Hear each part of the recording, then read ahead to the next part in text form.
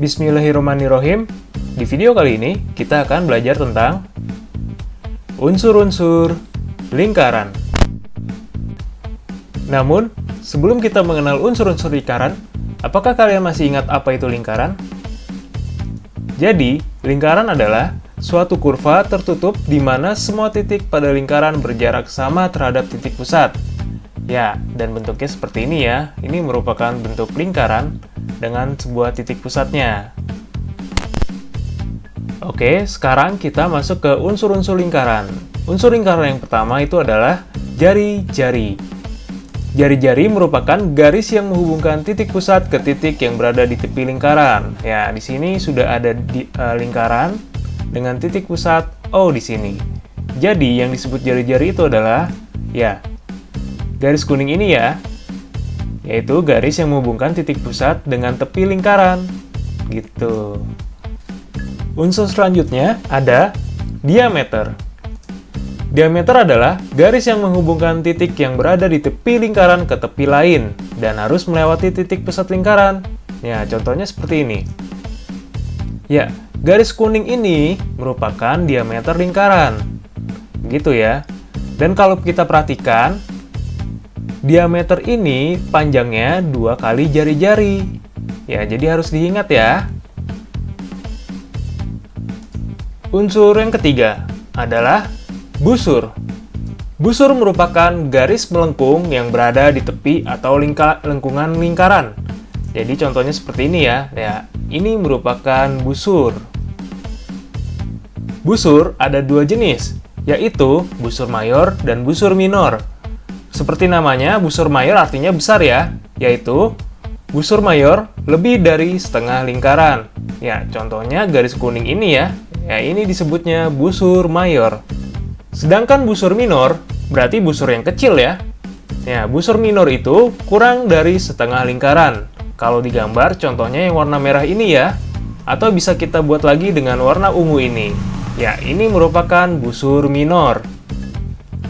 Nanti, kalau di soal tidak disebut mayor atau minor, berarti yang dimaksud soal tersebut adalah busur minor ya. Ya, ini perlu diingat juga nih. Oke, unsur selanjutnya adalah tali busur.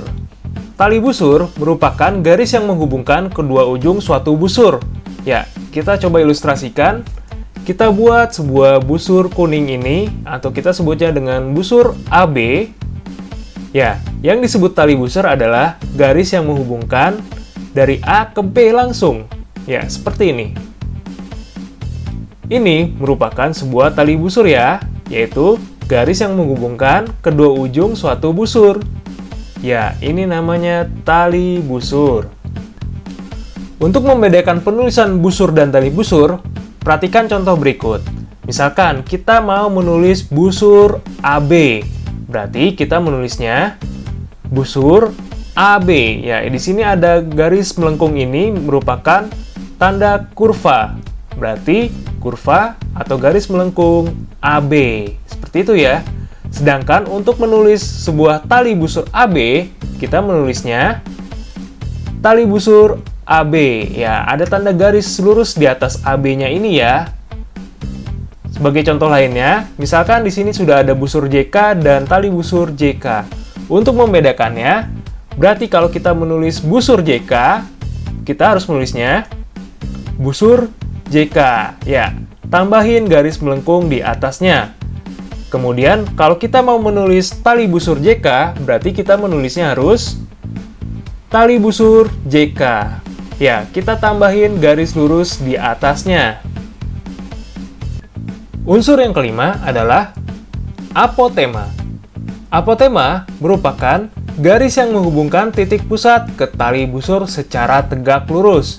Ya, misalkan kita buat dulu busur dan tali busur AB ini.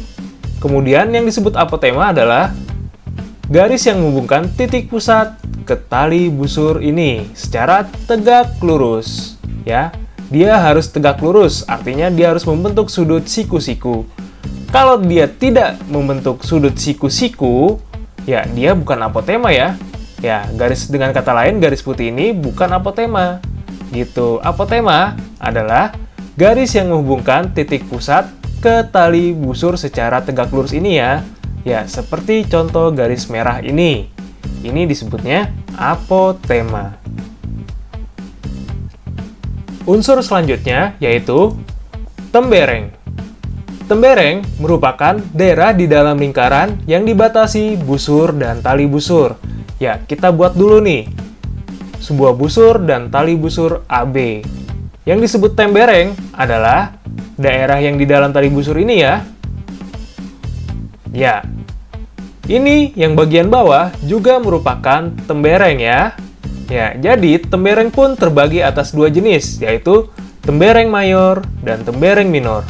Ingat, tembereng mayor itu yang besar, sedangkan tembereng minor yang kecil. Dan kalau di soal tidak disebut mayor atau minor, berarti yang dimaksud adalah tembereng minor ya. Unsur lingkaran yang terakhir yaitu juring. Juring merupakan daerah di dalam lingkaran yang dibatasi dua buah jari-jari. Ya, kita misalkan ada dua buah jari-jari di sini. Ya, jari-jari yang pertama dan jari-jari yang kedua.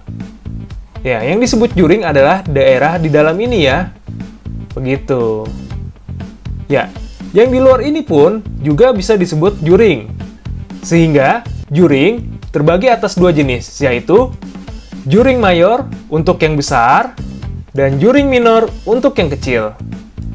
Jadi, kalau di soal tidak disebut mayor atau minor, berarti yang disebut adalah juring minor ya. Harus diingat. Jadi, apa saja unsur-unsur lingkaran?